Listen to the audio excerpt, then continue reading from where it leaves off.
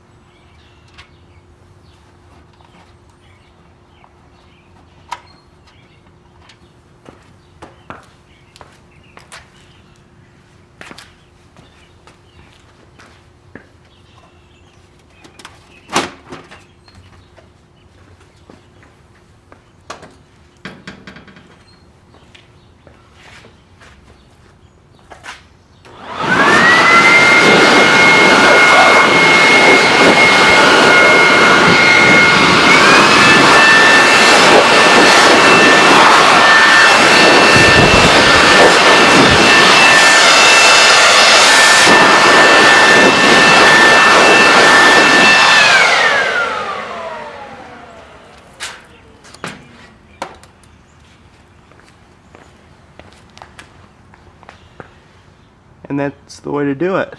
Now it's almost spotless in terms of the dust that's left.